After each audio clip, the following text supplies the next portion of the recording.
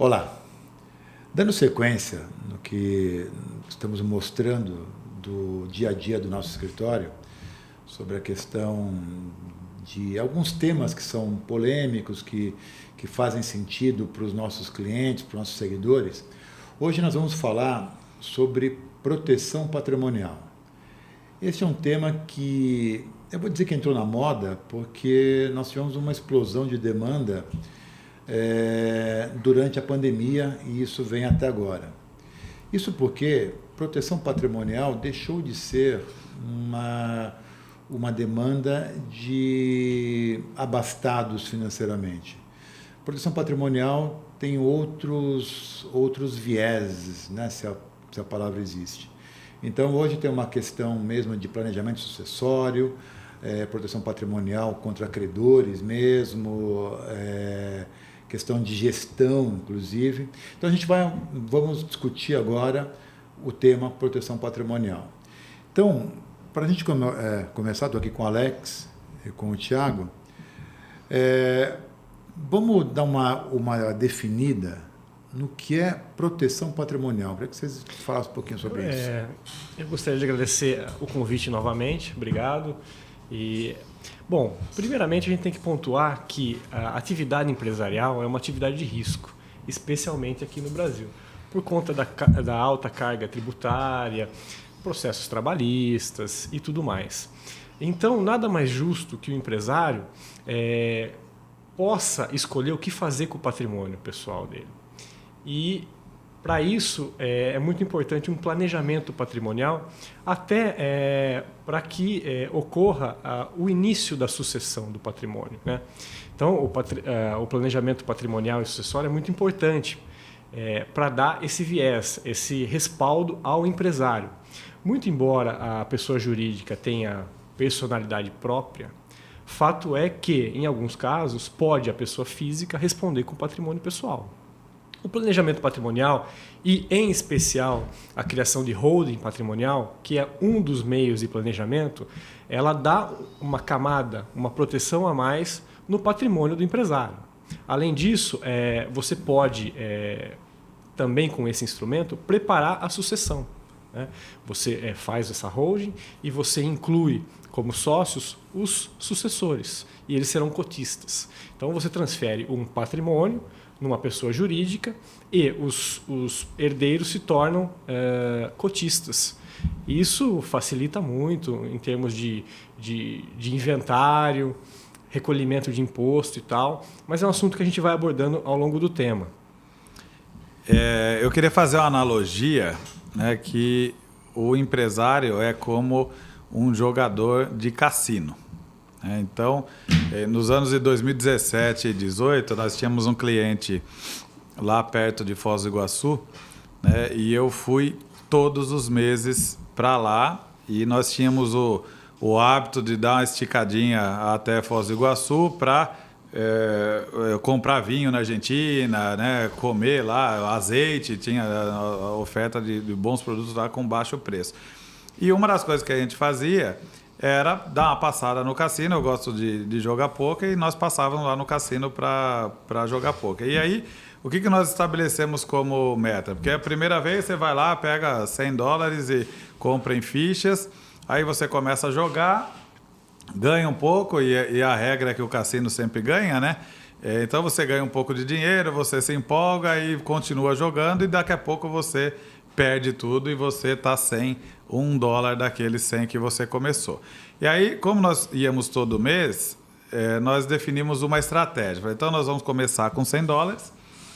Quando eu tiver $150, eu vou pegar os 100 que eu comecei e eu vou pegar a ficha e transformar em dinheiro de novo e vou guardar aqueles 100 na carteira. Dali para frente, o que eu perder é os 50 que eu ganhei do próprio cassino. Ou seja, se eu perder todas as fichas, eu não vou perder dinheiro meu, porque eu estou apostando aquilo que foi fruto do que eu já ganhei aqui. Então, proteção patrimonial é você pegar. E se eu quiser pegar aqueles $100 que está no meu bolso e voltar a comprar ficha, eu compro. Eu faço o que eu quiser com esse dinheiro. Então, você proteger o patrimônio você tem uma estrutura que todo empreendedor tem que colocar capital para iniciar um negócio, né? Então, raríssimos. Hoje a gente tem pessoas aí que ganham muito dinheiro com rede social, com YouTube e tal, que iniciaram com investimento baixíssimo de um celular na mão e começaram a gravar. Mas isso não é a regra. Então, a pessoa tem que colocar capital no negócio dela. E esse negócio dando certo, começa a dar lucro. Esse lucro, ele pode, a exemplo da ficha do cassino, ele pode tirar do jogo e guardar num lugar separado, num bolso separado, na carteira, que não faça parte do risco da atividade mais. Então, e se ele quiser, a qualquer momento, voltar com esse patrimônio, com esse recurso para aquela atividade, seja para investir numa nova coisa, ou seja para pagar uma conta que o negócio aqui não foi capaz de pagar e ele quer honrar aquela conta, ele sempre vai ter o domínio e a possibilidade, né, de decidir aonde esse patrimônio vai ser utilizado, seja para salvaguardar o futuro, né, da estrutura familiar dele, ou para resolver o problema de dívida que ele tem. Então, a questão-chave é o domínio da decisão de onde vai ser alocado aquele patrimônio passa a ser da pessoa e não dos interessados, dos credores, de muitos problemas que podem acontecer, que não necessariamente seja má gestão. Nós vamos discutir aqui que empresas têm problemas por questões sistêmicas e não necessariamente somente por má gestão. Isso. Nós começamos aqui na York, sempre fizemos proteção patrimonial, mas eu usei que isso virou moda depois da pandemia, porque, de fato, o nosso perfil de cliente, ele normalmente uma empresa que tem problemas focados e esses problemas, por vezes, parte da solução que a gente apresenta é proteger o patrimônio dele, porque se tudo der errado, isso vai garantir uma sobrevida, que é o que você acabou de falar, em tese, né? Quando chegou o período da pandemia, ninguém imaginou que iria partir com 30 anos. Então, algumas contas vieram à mesa. Imagina que você tem filhos pequenos e alguma coisa lhe acontece e você parte. E você tem 100 de patrimônio, imóveis, tem mais 50 de liquidez. Se você parte de uma hora para outra, a tua família vai ter que ter recursos, teus herdeiros, suficientes para pagar advogado, pagar o processo de inventário e pagar a tributação. Ninguém nunca parou para pensar nisso. E aí o que a gente viu é que, com a pandemia, as pessoas passaram e isso virou um problema contumaz, né? Então, você tem e não tem, né? Porque você não se organizou. Além disso, tem aquilo que você falou, por exemplo, nós vivenciamos aqui um caso na própria York, de sermos tributados, no único fato gerador, sermos tributados 2 vezes. Ora, por mais certo que estejamos e estamos, nós tivemos que entrar com recurso, entrar com processo para o reconhecimento do nosso direito e erro do fisco. Mas, num processo como esse, poderíamos ter nossos bens bloqueados. Ações trabalhistas, você pode falar muito mais. Eu, como não advogado, vou dizer uma coisa que eu acho que o juiz trabalhista é uma persona sem muitas travas, sem muito conceito. A mera inexistência de bens em nome da empresa já autoriza que seja atacado o patrimônio dos sócios. Isso na trabalhisa, né? E o trabalhista, ele não para poder pensar, não, né? Não, ele algo imediato. É algo imediato. Então, você tem...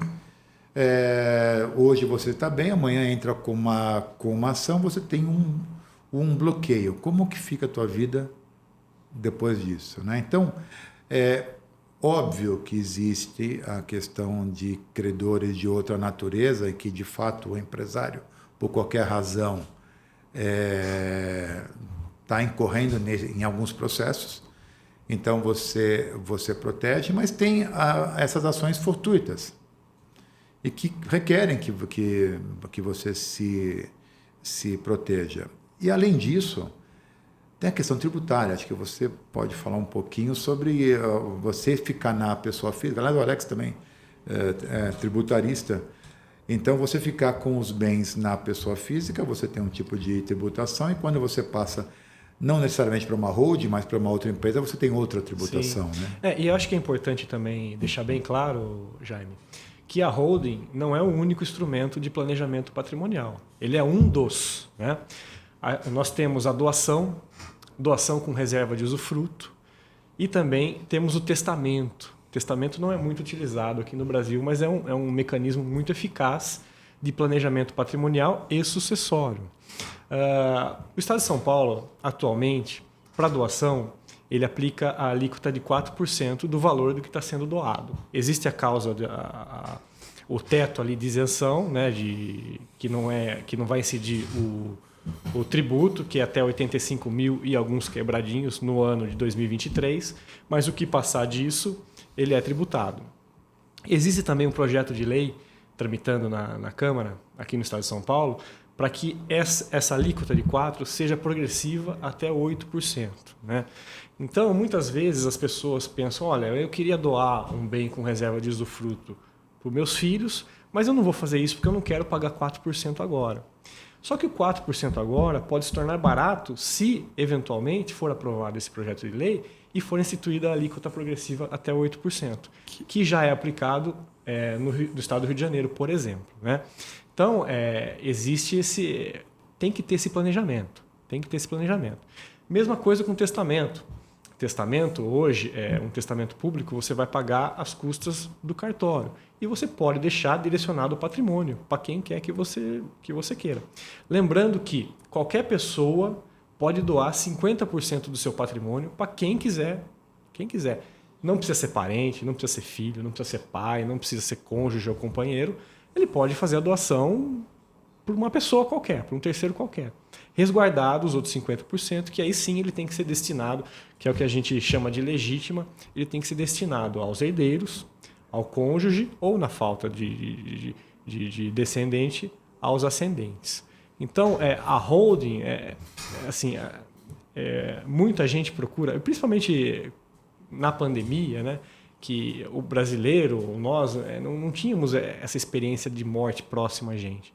Com a pandemia, isso ficou bem palpável, evidente, e assustou muita gente. O que eu vou fazer com o meu patrimônio? Né? E se eu morrer, meus filhos ficam como? Então, a holding, que já tem origem desde a lei das sociedades anônimas, ela veio com força total, porque aquela pessoa que tinha 10, 15, 20 imóveis queria arrumar um jeito de como é que eu posso passar isso para os meus filhos sem onerar tanto, né? Sem ter que pagar tanta tributação, como é que fica isso e tal.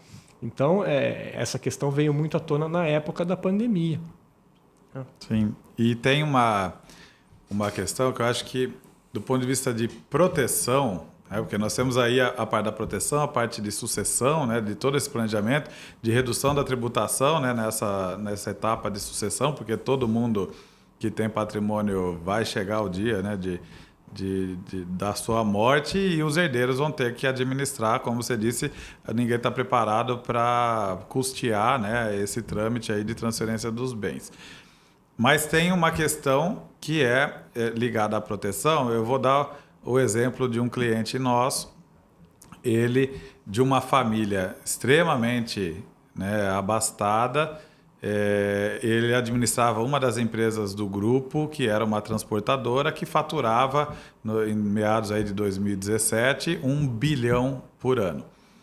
E nós conversamos com ele sobre a estruturação aí de uma proteção patrimonial, que, em linhas gerais, consiste numa estratégia bastante simples, mas que tem que ser executada com bastante pormenoridade, né? Então, cada pessoa é uma estratégia diferente e uma forma de fazer diferente. Então, não existe uma receita de bolo. Então, não só saber o que fazer, mas como fazer é fundamental para isso ter sucesso. E nós oferecemos para ele fazer uma proteção patrimonial, né? E ele disse o seguinte: não, eu não quero fazer isso não, meu patrimônio está inteiro aqui alocado no negócio, e se eu cometer uma falha na gestão, eu faço questão de dispor do meu patrimônio para assumir esse compromisso e honrar os pagamentos aqui do que eu tenho que pagar. E aí eu virei para ele e falei assim: bom, é nítido que você nunca passou nenhum aperto na vida, né? Ele era um jovem empresário até, né? O pai que constituiu toda a fortuna da família. E aí passou-se acho que 1 ou 2 anos e aconteceu aquela greve dos caminhoneiros, né, no país. Ele tinha uma operação predominantemente dependente de contratação de motoristas autônomos, então ele não tinha caminhão próprio, ele subcontratava, e ele carregava 1.600 caminhões por dia. E aí, com a greve dos caminhoneiros, veio a questão da tabela de frete, né, que o governo federal instituiu uma tabela de frete onde definia o mínimo que tinha que se pagar por cada tipo de viagem, por cada tipo de caminhão, né, as características ali, definiu-se um valor mínimo. E ele é um transportador grande de commodities, né, que o preço das commodities não tem a margem para aumentar esse custo consideravelmente, repentinamente. E ele recebia dos grandes players aí de commodities, das usinas, dos produtores de soja e das tradings, né, que comercializam soja, menos do que ele estava sendo obrigado a pagar para o motorista que ele subcontratava. Então, a tabela entrou em vigor hoje, ele não teve tempo de negociar com os clientes dele, porque todo santo dia ele tinha que carregar 1.600 caminhões. E aí o que aconteceu? As pessoas que trabalhavam para ele começaram a carregar, mesmo ganhando menos do que era obrigatório, e saía do carregamento com tudo formalizado lá, e ele parava num posto para fazer uma denúncia para a NTT, né, que é a Agência Nacional de Transportes Terrestres, que estava fiscalizando o cumprimento daquela tabela obrigatória. Então, diariamente, e a multa era altíssima pelo descumprimento do pagamento pela tabela. Então, diariamente, ele estava incorrendo em 1.600 autos de infração por não estar... 1.600 autos de infração por dia, por não estar cumprindo a regra que nasceu do dia para a noite, de ter o pagamento do mínimo da tabela de frete. Quando isso aconteceu, ele me ligou. Porque ele se viu numa situação, lembrando que a operação dele anual gerava um lucro líquido de 4%. Então, ele, muito bem administrado, ele tinha um lucro líquido de 4% por ano. Então, esses autos de infração, eles iam comer o lucro de talvez 10 anos para frente em questão de semanas, né? Por conta da dificuldade que ele tinha de repassar esse custo para o cliente dele. Ele tinha contrato assinado com esses clientes, com tabela de preço e tudo, e não é uma negociação que se faz do dia para a noite. E ele veio desesperado, querendo fazer uma proteção patrimonial. Ele falou: poxa, eu vou ter uma multa aqui de 100 milhões de reais para pagar, e todo dia isso pode aumentar. E aí eu disse para ele, agora não dá para a gente trabalhar isso. A gente tinha que ter trabalhado isso com tempo, enquanto você estava bem, enquanto você não tinha nenhuma cobrança, você não tinha nenhum credor, né, te incomodando, era o momento ideal de você fazer isso, que é separar parte do patrimônio, ou a maior parte do patrimônio que seja possível, da atividade de risco, que é a sua empresa que gera dinheiro para você, para uma outra estrutura, né, jurídica que não tenha contaminação com essa estrutura que gera risco. Então, mesmo ele sendo um bom administrador, ele se viu numa situação em que o patrimônio da família podia ser extremamente corrompido por conta de uma situação que não foi ele que deu causa, né? Foi a greve do caminhoneiro, o governo interviu, criou essa nova realidade, e ele se viu numa inviabilidade de executar aquilo que o governo tinha traçado.